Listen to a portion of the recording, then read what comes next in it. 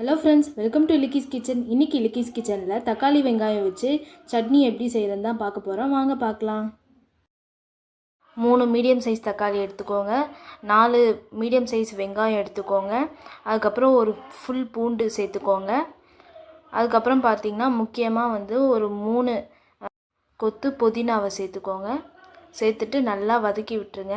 அதுக்கப்புறம் உங்கள் காரத்துக்கு ஏற்ற மாதிரி காஞ்ச மிளகா சேர்த்துக்கோங்க. நாங்கள் பார்த்திங்கன்னா 3 காஞ்ச மிளகா சேர்த்துருக்கோம். அதுவே எங்களுக்கு போதுமானதாக இருந்தது, அதனால் நாங்கள் அவ்வளோதான் சேர்த்தோம்.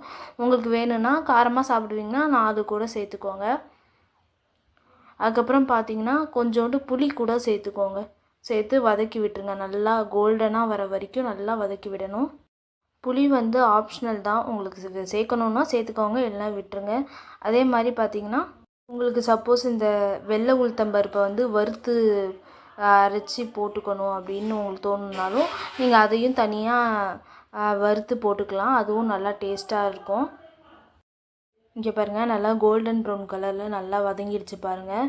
இப்போ இதை ஃபேனில் நல்லா ஆற வச்சிடலாம். ஒரு 10 நிமிஷம் ஆற வச்சுட்டு அதுக்கப்புறமா உப்பு சேர்த்து அரைச்சிக்கலாம். நம்ம உங்களுக்கு தேவையான அளவுக்கு உப்பு சேர்த்து இது எல்லாத்தையும் சேர்த்து அரைச்சிக்கோங்க. இந்த சட்னி அரைக்கக்குள்ளே சப்போஸ் நீங்கள் வெள்ளை உளுத்தம்பருப்பு வதக்கி போடணுன்னா போட்டுக்கோங்க. கொஞ்சம் கட்டி கட்டியாக இருக்கக்குள்ளேயே போட்டு சேர்த்துக்கிட்டிங்கன்னா அரைக்கக்குள்ளே நல்லாயிருக்கும். முக்கியமாக இந்த சட்னி பார்த்திங்கன்னா எதுக்குன்னா டூருக்கு யாராவது இப்போ எடுத்துகிட்டு போகணும், இல்லை நம்ம வீட்டிலே செஞ்சு எடுத்துகிட்டு போகணும் அப்படின்னு நினைக்கிறீங்கன்னா கண்டிப்பாக இந்த ரெசிபி ட்ரை பண்ணுங்கள். சூப்பராக இருந்துச்சு நாங்கள் சாப்பிட்டப்பையும். அதே மாதிரி சுட சுட இட்லிக்கு நீங்கள் மட்டும் வச்சு சாப்பிட்டீங்கன்னு வச்சுக்கோங்களேன், அவ்வளோ டேஸ்ட்டாக இருக்கும். நீங்களும் உங்கள் வீட்டில் கண்டிப்பாக செஞ்சு பார்த்துட்டு எப்படி இருக்குன்னு லைக் பண்ணுங்கள், கமெண்ட் பண்ணுங்கள், ஷேர் பண்ணுங்கள், கண்டிப்பாக சப்ஸ்கிரைப் பண்ணுங்கள்.